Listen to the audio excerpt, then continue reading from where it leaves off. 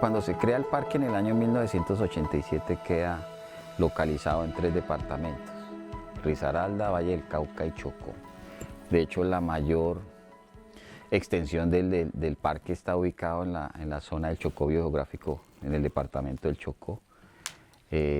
Cuando iniciamos la gestión en el 2013-2014, vimos la necesidad de volver al Pacífico a empezar a coordinar acciones encaminadas a la gestión del territorio del parque.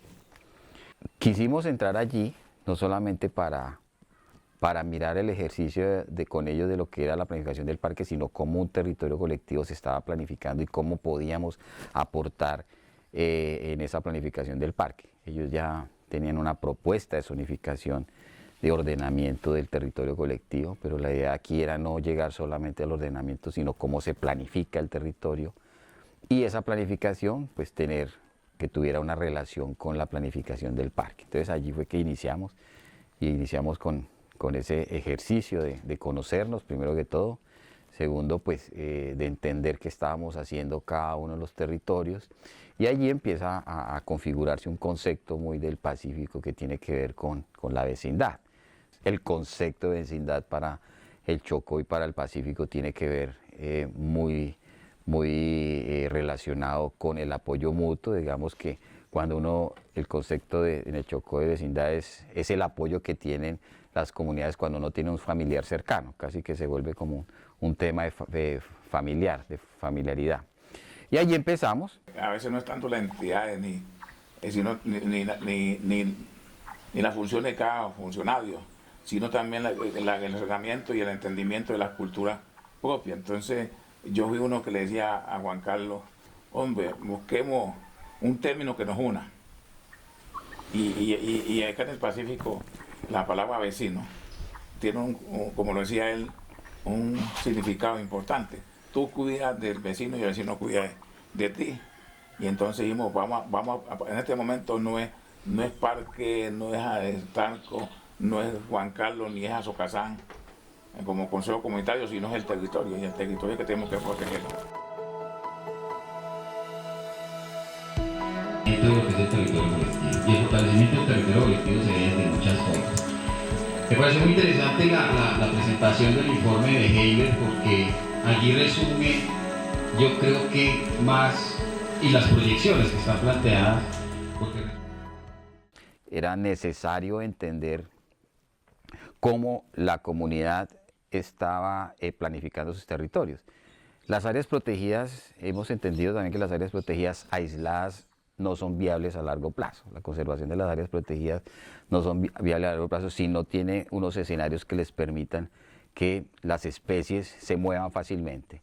Y el caso para el Parque Nacional Natural Tatamá era que tenía unos territorios allí, vecinos, donde hay unos espacios tanto naturales como culturales.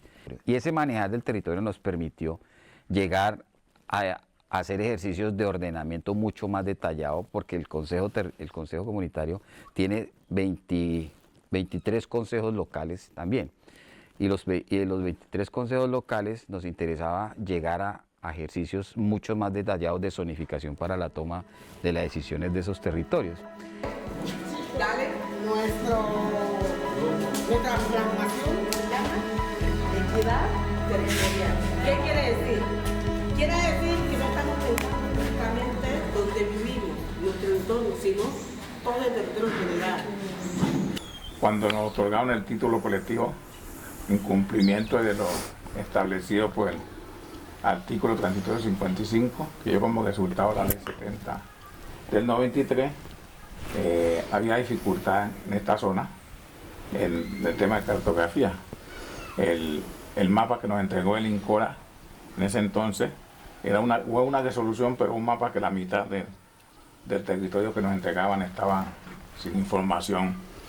Construí de nuevo con la información primaria de nuestra gente, de todas las líderes representativos, construí ese mapa.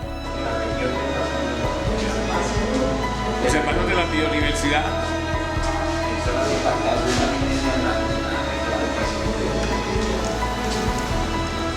No solamente fue llegar como a imponer lo que desde las políticas se puede decir, sino más bien a construir y a conocer. Para mí, como profesional, fue una gran experiencia. Yo no tenía esa experiencia de trabajar con comunidades étnicas, ni negros ni indígenas. Y entonces en ese momento entender lo que ellos me decían fue un poco complicado, pero esa forma de darse, la voluntad de ellos, de compartir, de hacerte entender qué es un montejecho. No cualquiera comprendemos qué es un montejecho, qué es un monte bravo, qué es un monte alzado. Nosotros venimos de los bosques primarios, los bosques secundarios, los bosques terciarios y tal vez a lo máximo es el barbecho. Entonces fue como hacer esa relación y saber qué actividades podemos hacer allí, cómo podemos homologar esos procesos desde la política nacional y lo que la gente hace en su territorio. Los montes, que está Monte Bravo, que le decimos que son las partes más altas donde la gente poco va a trabajar, el Monte Viche.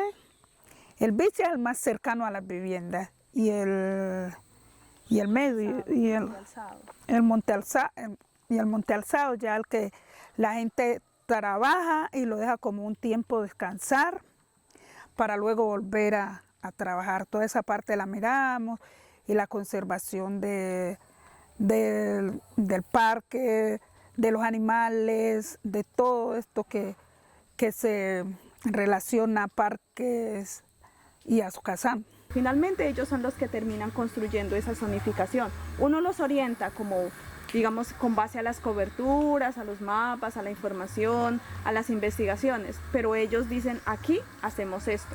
Esta zona la vamos a dejar para sembrar o esta para hacer aprovechamiento del bosque o en esta zona del río o en esta zona se hace la minería. Entonces son ellos los que toman esa decisión.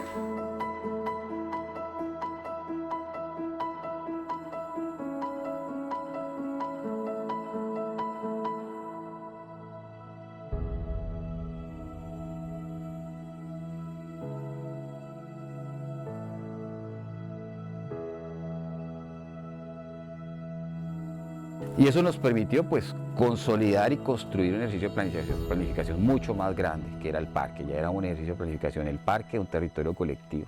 Y allí empezamos a presentar y a mostrar los ejercicios ya en otros espacios, como los espacios territoriales.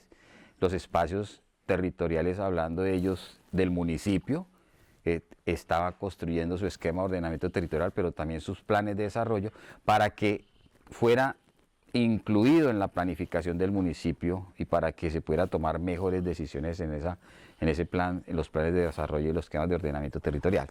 Hoy se cuenta con un ejercicio, vuelvo y lo repito, ordenado del territorio, reordenado del territorio, con bases ambientales, pero también con bases culturales y de reconocimiento de la historia en este proceso, que nos ha permitido pues mostrar el ejercicio.